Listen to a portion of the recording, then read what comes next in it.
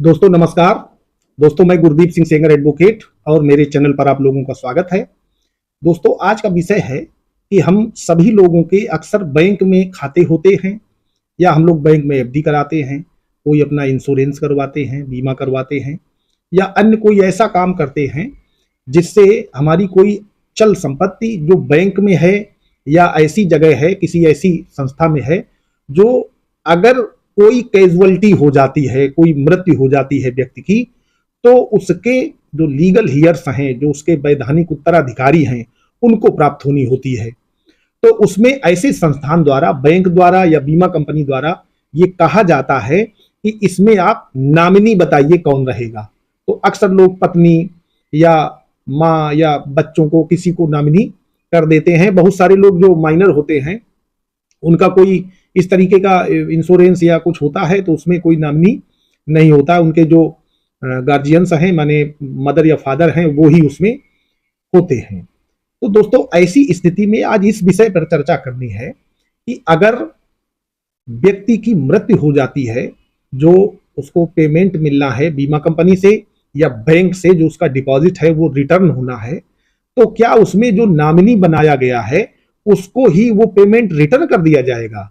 क्या वो legally valid है? वो जिनको पेमेंट मिल रहा है क्या वही उसके अधिकारी हैं या और जो उनके लीगल हियर्स हैं? जैसे उदाहरण तौर पे देखते हैं कि एक व्यक्ति के एक पुत्र है, उसकी मां है और पत्नी है, और उस व्यक्ति का बैंक में खाता है। बैंक खाते में कोई एक अमाउंट मान लेते हैं 1.5 लाख रुपया पड़ा हुआ है, और उस व्यक्ति की डेथ हो जाती है। नेचुरल डेथ नहीं है, स्वाभाविक है कि व्यक्ति की अगर यंग एज में डेथ होती है, माने वो नौजवान व्यक्ति है, अगर उसकी मृत्यु हो जाती है तो उस व्यक्ति का जो पैसा है, मान लेते हैं उसने अपनी वाइफ को उसमें नॉमिनी बना दिया था, तो वाइफ को पेमेंट वाइफ ने निकाल लिया, आपने माँ ने या उसके बच्चे ने या और कोई ऐसे घर के सदस्य हैं जिनको नहीं पता चला। तो ऐसी कंडीशन में क्या माँ और जो अन्य उसके स्पाउस हैं, माने उस पर्सन की जो इनकम है उस पर वो निर्भर हैं, उसी पर्सन से, उसकी आय से ही वो व्यक्ति खाना खाते हैं, रहते हैं, तो क्या ऐसे व्यक्तियों को वो भुगतान किए जाने के लिए लायबल हैं या केवल वो नॉमिनी ही पैसा निकाल के और निकल लेगा? दोस्तों ऐसे मामले में लीगल हियर्स का मतलब होता है वैधानिक उत्तराधिकारी या सक्सेसर, जो सक्सेशन द्वारा, उत्तराधिकार द्वारा उनको उसका बेनिफिट दिया जाएगा, बेनिफिशियरी होंगे, उनको भुगतान करना होगा। तो दोस्तों ऐसी स्थिति में अगर कोई नॉमिनी ने पैसा ले भी लिया है तो nominee is as a custodian, माने वो अपनी कस्टडी में तो पैसा रख सकता है, वो उस पैसे का मालिक नहीं हो सकता। तो दोस्तों आज इसी विषय पर चर्चा करते हैं। हॉनेबल सुप्रीम कोर्ट के कई लैंडमार्क जजमेंट इसी से संबंधित हैं और बहुत पुराने से चलता रहा। 1983 से एक मामला था, हॉनेबल सुप्रीम कोर्ट ने उसमें जजमेंट किया था। ये है सरबती देवी वर्सेस उषा देवी, 6 दिसंबर 1983। इसके अलावा और कई मामले अभी लेटेस्ट में भी आ चुके हैं, आप लोग उसको देख सकते हैं, डिस्क्रिप्शन में मैं डाल देता हूं उनका केस लिंक।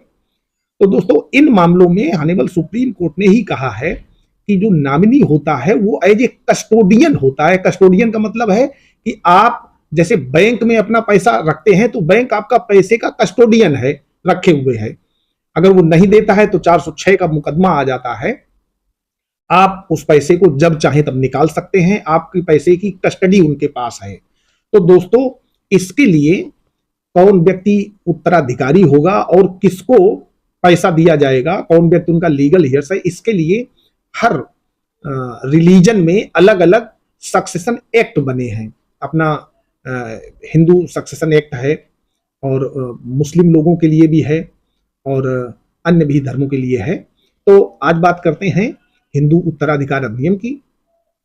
हिंदू उत्तराधिकार अधिनियम के अंतर्गत उसमें एक सूची दी हुई है, अनुसूची 1 और 2।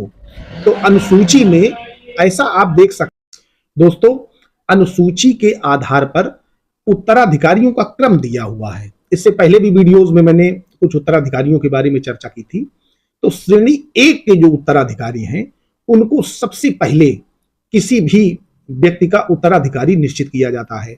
वही उत्तराधिकारी उसकी सभी संपत्तियां, चूंकि वो लॉ के अधीन है, विधि के अधीन उनको उत्तराधिकारी बनाया गया है। वो ब्लड ब्लड रिलेशन से होते हैं। जैसे किसी व्यक्ति की मृत्यु हो जाती है तो उसकी विधवा माने उसकी वाइफ और उसके पुत्र और पुत्रियां, वो भी उनके चूंकि ब्लड रिलेशन होता है उसी व्यक्ति से संबंधित हैं। इसके बाद उस पर्सन की मां को प्रथम श्रेणी के उत्तराधिकार में रखा गया है, पिता को द्वितीय श्रेणी के उत्तराधिकार में रखा गया है। पिता को वो स्थान नहीं दिया गया है जो मां को दिया गया है हिंदू सक्सेशन एक्ट में। तो मोटे मोटे तौर पर ये चार लोग, पुत्र पुत्रियां, विधवा और मां, ये सभी लोग उसमें हिस्सा प्राप्त करने के अधिकारी हैं। अब जैसे बैंक में किसी का पैसा पड़ा हुआ है, पत्नी ने केवल अपने नॉमिनेशन के आधार पर वो पैसा निकाल लिया है, तो सक्सेशन सर्टिफिकेट जब कोर्ट इश्यूड कर देगा, इश्यू हो जाएगी, तब इन्हीं लोगों का उसका अंश मिलेगा, पत्नी को अकेले नहीं मिलेगा। इसीलिए कहा गया है कि नॉमिनी जो है वो बेनिफिशियरी हो सकता है और बेनिफिशियरी नॉमिनी हो सकता है, लेकिन ऐसा नहीं है कि केवल नॉमिनी ही अकेले बेनिफिशियरी हो जाए, और भी व्यक्ति बेनिफिशियरी हो सकते हैं जो सक्सेशन एक्ट में अनुसूची 1 में दिए गए हैं। तो दोस्तों, अगर ऐसा कोई मैटर फंसता है और बिना सक्सेशन सर्टिफिकेट के बैंक भी अब पैसा नहीं देगा, बैंक वाले भी होशियार हो गए। और इसमें एक अमेंडमेंट भी किया गया है इंश्योरेंस एक्ट की जो धारा 39 है, माने बीमा अधिनियम की जो धारा 39 है, उसमें ये अमेंडमेंट कर दिया गया है कि अगर कोई व्यक्ति सक्सेशन सर्टिफिकेट वहां पर प्रदान करता है बीमा कंपनी को या बैंक को, तो उनको वो भुगतान उसी सक्सेसर को, माने जो लोग जिनको कोर्ट ने बताया है कि ये लोग इसके उत्तराधिकारी हैं, उनको भुगतान किया जाएगा। माने उन लोगों को और शामिल उसको भी कर लिया जाएगा अगर वो भी बेनिफिशियरी है या वो भी बोनाफाइड उनकी सक्सेसर है, माने उसमें जो नॉमिनेट किए गए। तो दोस्तों, बिल्कुल दिमाग से ये बात निकाल दें कि अगर किसी व्यक्ति ने किसी को नॉमिनी बना दिया है तो वही मूल मालिक हो गया, जो भी पेमेंट होगा वो निकाल लेगा। उस पर्सन के, जिस पर्सन की डेथ हो रही है, उस पर्सन के जो लीगल हियर्स हैं, वही लीगल हियर्स उसकी संपत्ति के, चाहे वो चल संपत्ति हो चाहे अचल संपत्ति हो, बैंक में पैसा जमा है, शेयर हैं, बीमा है, कहीं से भी भुगतान निकलेगा, तो उसके जो लीगल हियर्स हैं, सक्सेशन सर्टिफिकेट कोर्ट से बनेगा, उनको ही वो भुगतान प्राप्त होगा। और अगर नॉमिनी को भुगतान कर दिया गया है तो उससे रिकवरी करा करके उनको दिलवाया जाएगा। इसमें कई रूलिंग्स हैं, कोई अगर समस्या है तो आप लोग पूछ सकते हैं। दोस्तों, मैं आप लोगों के कमेंट्स का जवाब देने का प्रयास करता हूं, कभी कभी समय न मिल पाने के कारण लेट हो जाता है। प्रयास करता रहूंगा, जब तक आपके सवालों का जवाब दे सकता हूं तब तक तो देता ही रहूंगा। तो बहुत ज्यादा सवाल हो जाएंगे तब हो सकता है ना दे पाऊं। तो दोस्तों, अगर वीडियो अच्छा लगा हो तो एक बार हमारी वीडियो को लाइक कर दें, अपने दोस्तों को शेयर कर लें, और अगर चैनल पर नए हैं तो हमारे चैनल को सब्सक्राइब कर लें। धन्यवाद।